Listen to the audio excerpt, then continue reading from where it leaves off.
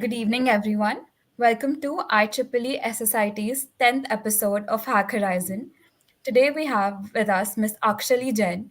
She is a game developer at Harmonia Laboriosa and a game development mentor at Sagely College Advising. She is also an XR, VR, and AI developer. Our topic for today is Hacking for Success, a winning formula. Welcome, ma'am. Thank you so much for joining us here today. Please tell us about your journey in the field of computer science.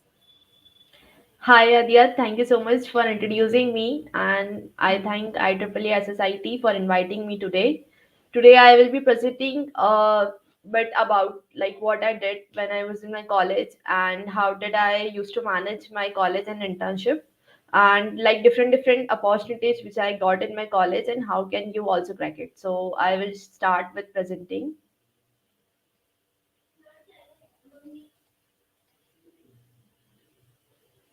Can you check if my screen is visible? Okay.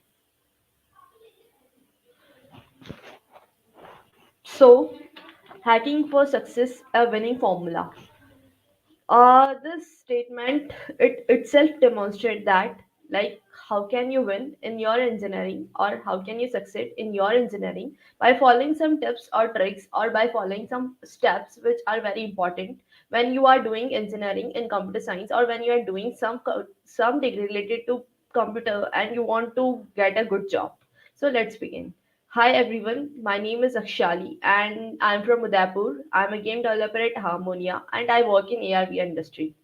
Beside that, I'm a good communicator and I'm a speaker also and I attended many events before. And I am really thankful that I have been invited today here. So let's not wait so much and go to the main topic. So today we are going to cover first why online communities are important. Why should you go? Second, we are going with the open source. Why should you go with open source and is it meant for you? You can do that or not. We will describe that. Third thing is DSA, which you all are familiar with, but still I have covered a bit of that. That the most important thing in engineering that's hackathon and like many less students participate in hackathons but hackathons play a very important role when you are doing engineering. Next thing is internship and why should you do internship and what is the role of doing internship in your engineering life. Last but not the least, how to manage job and college. It totally demonstrates like how can you manage if you are doing some freelancing work, if you are doing some internship, how can you manage that with your college. So let's begin. First thing is online communities. Online communities are like Discord, LinkedIn, WhatsApp, Reddit, GitHub. So you all are familiar with one of the most common WhatsApp. And second must be LinkedIn, of course. So like online communities play a very important role in your life when for example, if I want to do something in JavaScript and what if I have like 100 to 200 peoples with me whom I can ask how can I start JavaScript, where I can start JavaScript, or how can I have a roadmap in JavaScript. That's how it's online communities. So in this communities, you connect with people, you connect with different experiences what people have. You get to know their life, like what they have done in their experience. Maybe you get someone with 15 years, you get someone with 50 years also. So that's the power of online communities, and you should always have an online community when you are just doing some technology. So I would suggest you to make at least this 5 accounts for your savior, so that when next time you enter into a technology or you are in a technology, then you will never face a problem. And if you encounter some bug, then of course Reddit is there or Stack Overflow is also there. And if you want to make some project which is like you already have, you know that this must have been developed in the recent, then you have GitHub. And if you want to connect with different people on the online platform, then you have LinkedIn, of course. Now, let's begin with open source. Like, why open source? What is open source? And what does it give when you do open source?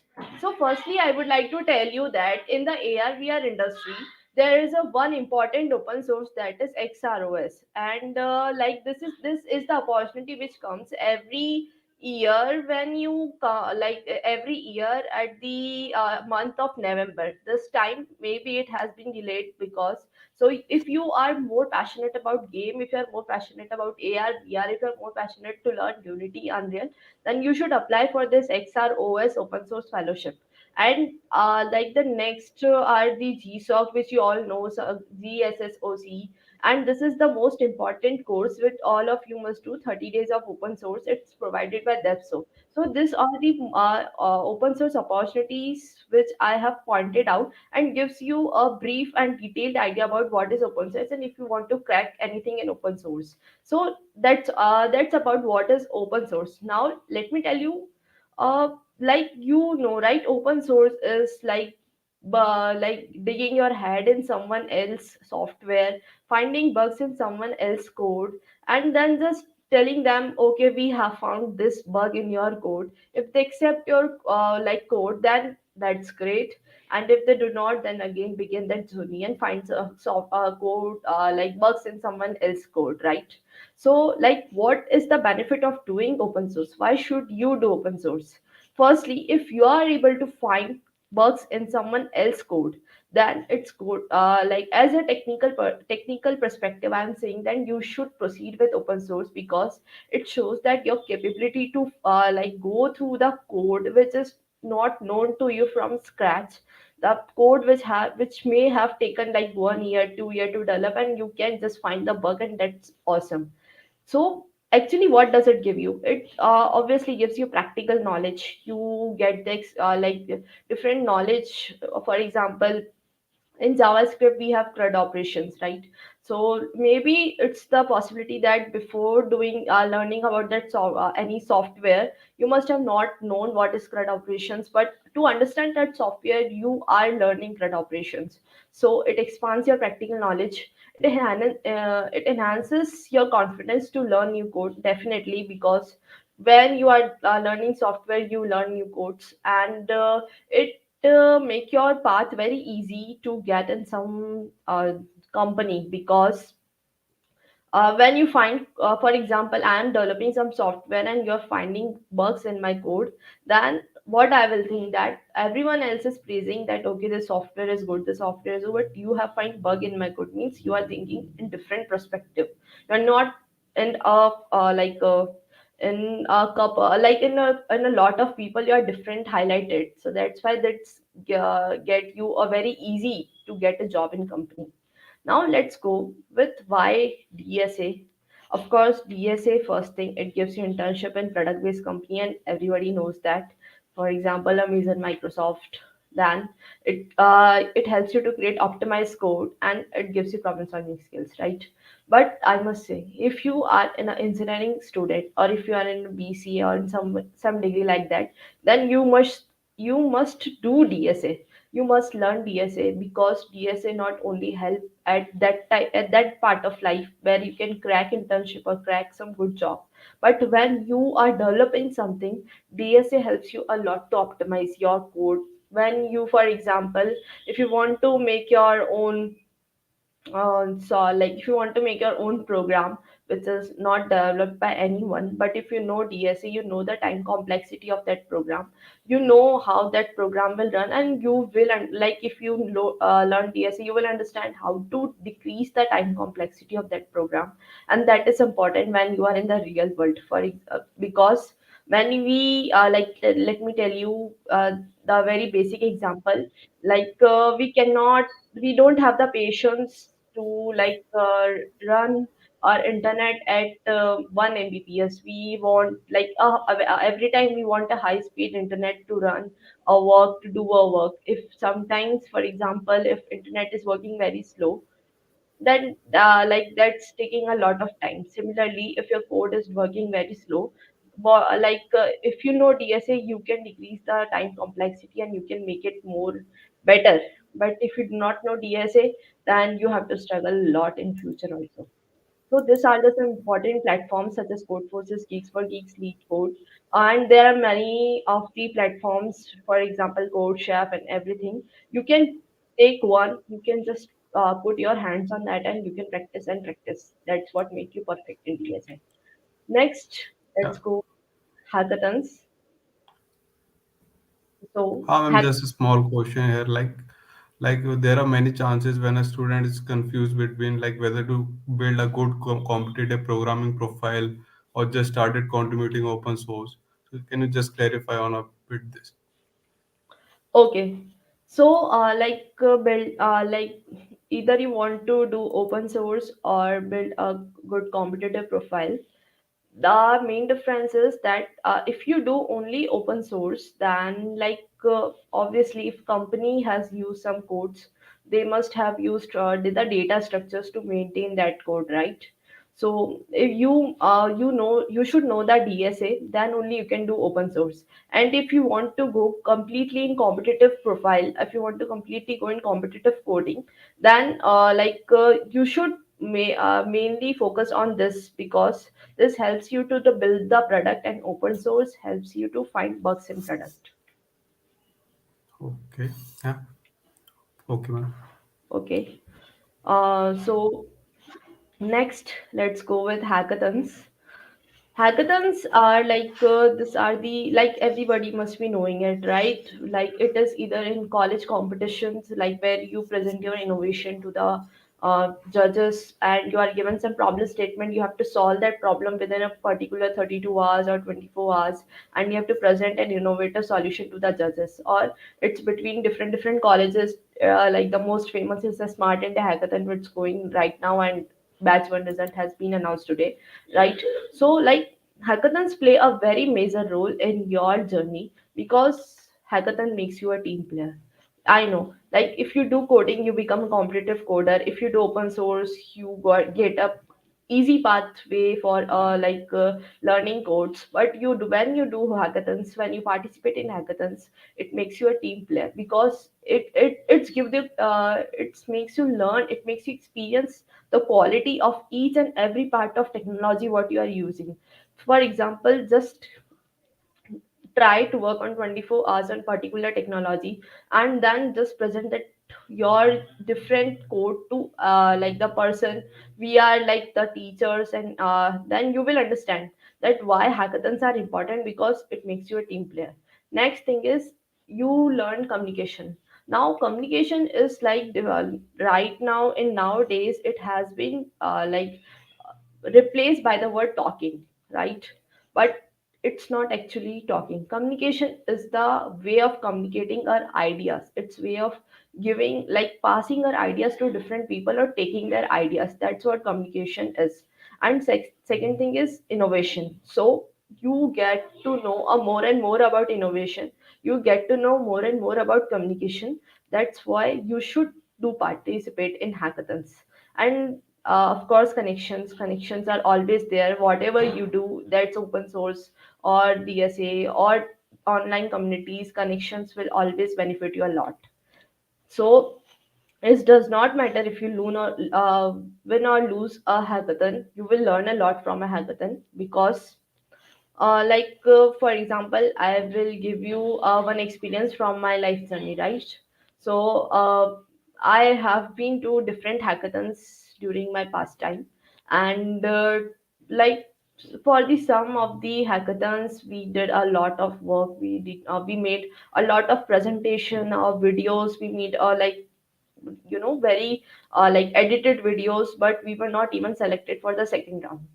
So what happened was, when I was in first year, I participated in first hackathon, and I was very demotivated that what will happen. I cannot pass this very easy hackathon. And what happened then? I consulted with my senior, and then he told me that it does not matter if you win or lose a hackathon. Like once you learn how to participate in hackathon, you will easily crack the path to win the hackathon. But the main important thing here comes is, when you are participating in a hackathon, you should first when you are participating first time, and when you are participating 10th time in a hackathon, you will see a lot of difference in your personality from first hackathon to 10th hackathon. At the end point of 10th hackathon, you will know how to make the presentation, you will know how to make the project, you will know how to make the video, you will know how to present, you will know, and the leadership quality as well as. So if you are team member also, you will know how to manage each and everything. So there comes the difference. So when you go in a company also, they require this only. They don't require, like, of course, like lot of technology stack is required, but sometime it happens that if your communication is very good, if your like thinking skills are very good, they will take you as it is. So that's why that difference come when you participate in hackathons. And of course it gives you opportunity to make your own startup, because in hackathons you innovate different products, you innovate different solutions which may be different and which may be the possibility that world has not developed that solution. So it gives you confidence to make your own startup also. Now let's come to internship. So like why internship you should, like why should you do internship, why internship are important, and you know this answers, and I'm sure that you know it gives you industrial experience, it gives you skill advancement, it gives you a pocket money, it gives you connection with industry, right? But let me tell you that internship are the only you can say, like for example, consider a situation where a person is doing engineering and he has not done any open source, he has not done any DS, nothing in his life, and he is in third year and he is currently thinking what should I do. The best thing he can do is internship. He should not go anywhere, he should sit and do internship, because in internship you get with different when you do internship, you get in touch with senior developers which are already working in that company for maybe mostly 1 year 2 year, so that when you get in touch with that people, you understand the real life, how they have spent their engineering lives, how they have, or not engineering, different degrees they have spent, and how they have jumped into this industry market, and when they jumped, like how did they crack this job. So this give you the opportunity to get experience of senior developers. Meanwhile, when you have a good connection or your senior developer become your good friend, your work becomes very easy to do. And when your work become easy to do, you will easily able to uh, like do and finish your assignments which are assigned to you during internship. So when you do an internship, it's you should you are not stuck to for example, if you are doing in a company and you are not stuck to any company that okay, I have a 1 year bond here, 2 year bond here. You can experiment on different companies to do internship, and it helps you to um, decide what type of technology do you want to take. For example, if you want to take for example, in the second year you did internship for full stack development, in the third year you are doing internship for maybe machine learning. So it enhances and it gives you an opportunity to find your decisions where you should go and which technology you should go. Maybe the possibility is there in the fourth year doing internship for data analyst because you don't like full stack as well as machine learning. So this is the this happens many times, I have also seen that. So that's why doing internship explores your minds and it gives you a clear mindset in which technology you should go. And I must suggest that before the third year ends, you should try and take one technology and you should just hands on in this technology, and you should decide that this is the perfect technology for me. So internship give you that opportunity to find your technology. Next, from where should we do internship? Okay, so first thing is you should always prefer startup over MNC, and second thing is you should always apply on LinkedIn and Wellfound. These are the two most important platforms where you can easily grab internship. LinkedIn is, of course, you know me know, and each and everyone on this world know who's a professional. The LinkedIn is a very awesome tool to make connections, to make your social profile very visiting, or to make your job opportunity for you. And there's another website, Well Found, which is also known as Angel List, which has almost all of the startups listed in their profile. Around 10,000 plus startups are listed in Angel List, where you can apply for different opportunities, and you will easily get a good internship there. And first point is about the startup over MNC, because when you, what I have experiences, when you go in MNC, they will not give you they will understand that that you cannot do a lot of work. They will assign you the work and you need to complete it, that's all. And you don't meet so much good connections when you go in MNC. And it's a fix, like for example it's a 3 month or it's a 6 month or it's a 1 month, it's fixed internship. And after that, you need to leave that, right? But when you go in a startup, it's not so like that. It's not that key your internship is fixed for 3 months. It goes on, right? It goes like the work quality of work you do, the more people on the startup will like you and they will expand it, and it goes on until like you have completed your BTech, or even they give you the PPO, they give you the hike also on startup. And for the startup, when you go and do internship in startup, you learn a lot. And if by chance startup grow a lot in 2 months, or sorry, not 2 months, in 2 years, 3 years, then the possibility is that you have a better position in your startup because you did a lot of work during the student, right? So next point is you should try to do an internship for at least 6 months, because according to my experience, like it takes 2 to 3 months to get involved in the project, right? Like it's not that you have joined the company and on the very first day, you understand the code, you understand what's going in the company. It takes at least 2 months to settle down in the company you are working, and you should always try to do at least 6 months, because if you do for 1 month 2 months, you just make a mini project or a short project, you work on a short code. But if you do for at least 6 months, 7 months, 8 months, then you understand the company at a deeper level, you understand the projects at a deeper level, and you get the understanding how to make products. Okay. And always apply in foreign countries, because foreign countries, you like when you are a student and you are applying in a foreign country, it gives you a chance to enhance your communication. It gives a chance to make your connection very strong in foreign, which can be helpful when you are just, for example, if I have done some internship in third year in some foreign countries and I'm in the fourth year, want to get some placement or want to get some job, like I can directly get referred from outside of India. So that helps you a lot. Now, like how can you manage job and studies? This is the last point of today's presentation. So for that, firstly, always prefer remote internship, remote job, and always prefer freelancing work, because freelancing works give you a lot of learning what like internship and jobs can all not give you, because freelance work gives you a lot of payment also. Like internship and jobs always have fixed payment, whereas freelance you don't have fixed payment, you have a lot of payment, and you have like lots of YouTube videos where you can find how to do freelance work. But freelance works give you a lots of learning. And always prefer remote internship, because like in the college time we are like we need to go to college. Sometime college ends at 2 p.m., sometime 4 p.m., and we reach home by 6 7.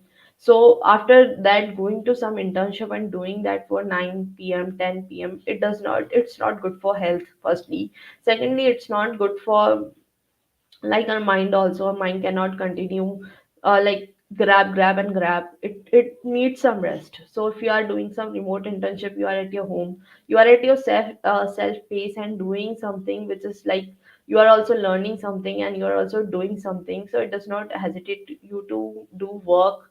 So that's why prefer remote internship. After some time, definitely you have to go to office when you are just out of the college.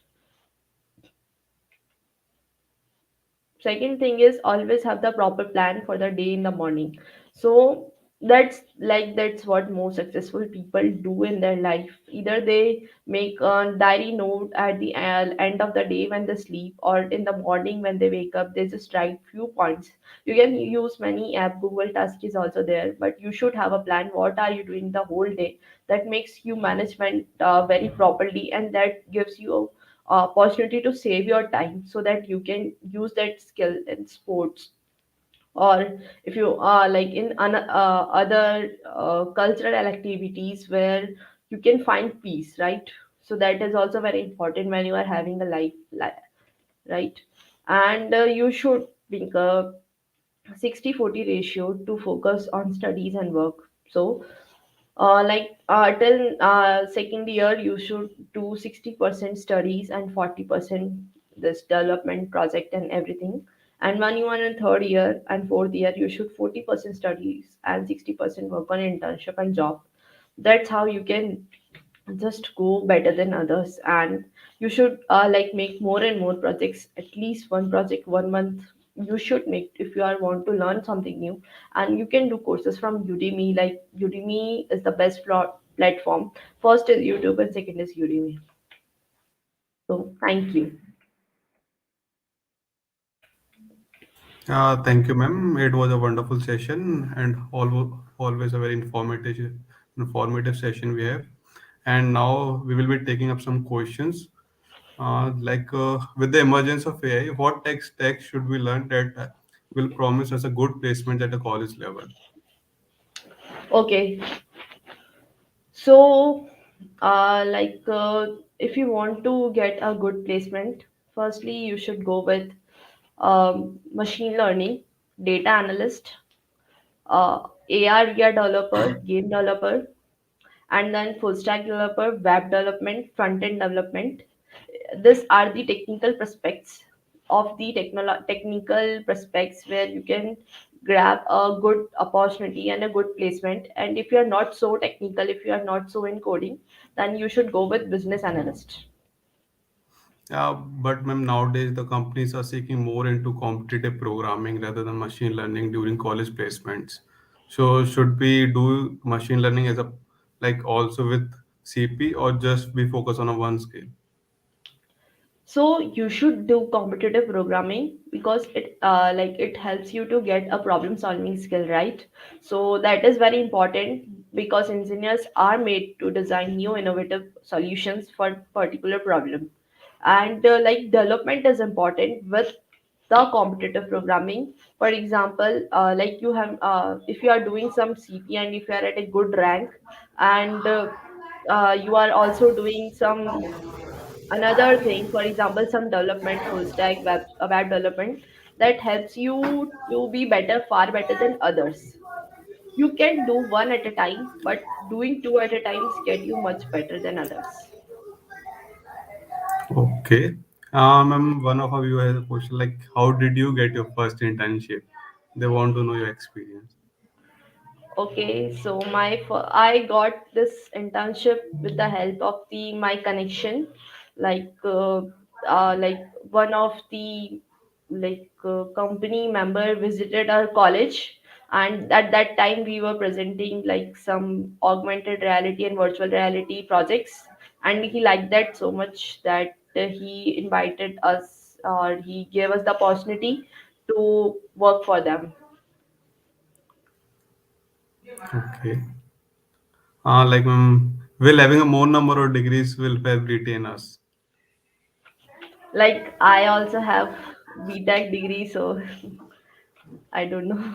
Like more masters and then MBAs, just redefine our skill set or just the only basic thing For we are example, like pursuing. if you are doing very good, and like for example, if you get a placement of like a very like good placement in your college during BTech, then you do not require a next master's degree or MBA degree for at least 1 or 2 years when you are earning good, right? But if you are not getting any good placement, for example, if you are getting a placement of 5 lakh, 6 lakh, and you are not satisfied with your placement, then definitely going with like higher degree gives you a motivation again to work with your technology. Okay, and now taking a question. Like, have you ever experienced a situation where you had to balance technical skills with soft skills, like communication, leadership, to overcome a career obstacle? Does this ever happen to you?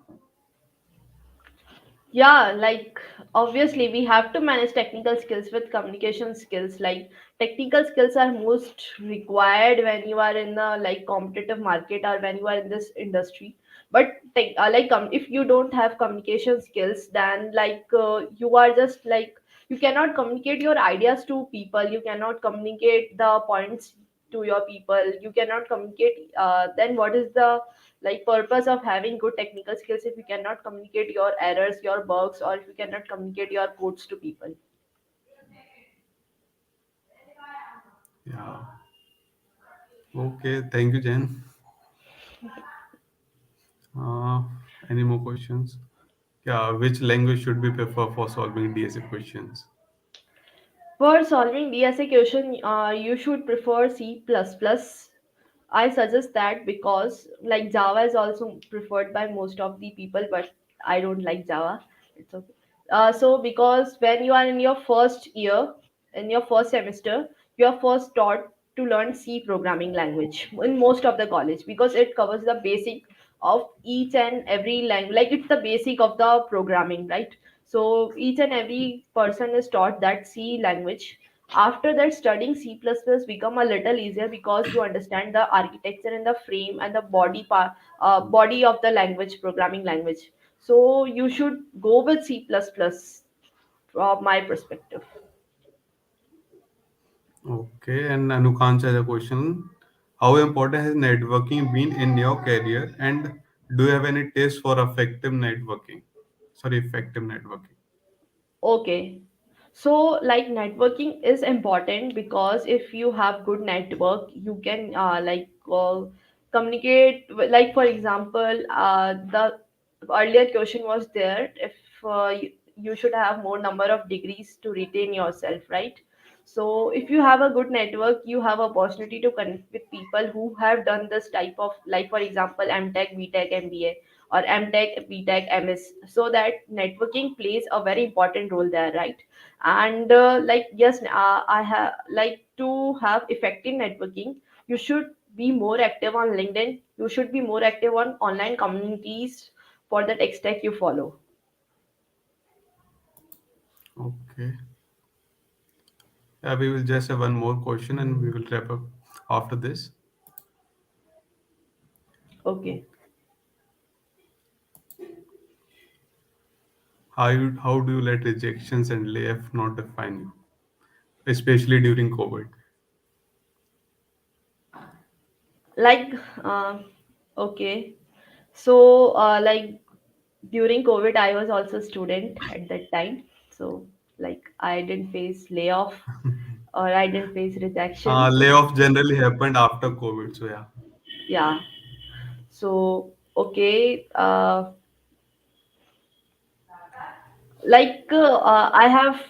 was already clear that there are so many layoffs and rejection going in the market. I was like in like the past year there was so many layoff from Amazon, Microsoft. So I was clear at that time I have to do something outstanding so that is I don't face rejection in my life. Like I don't face this type of thing. So like I always used to do a lot and lot more in projects, so that's why that gave me the chance to make me stand out of others. Okay, and now we will wrap up with this. Like, thank you, ma'am, for just taking the speaker session. It will definitely help our SSIT co-members for getting that extra information. And on the Okay, behalf of SSIT, I thank you very much. Like, I thank you really so much. thankful for taking this session. It really a wonderful session, informative as well. Thank you, thank you. Okay, bye. Bye. Thank you, ma'am.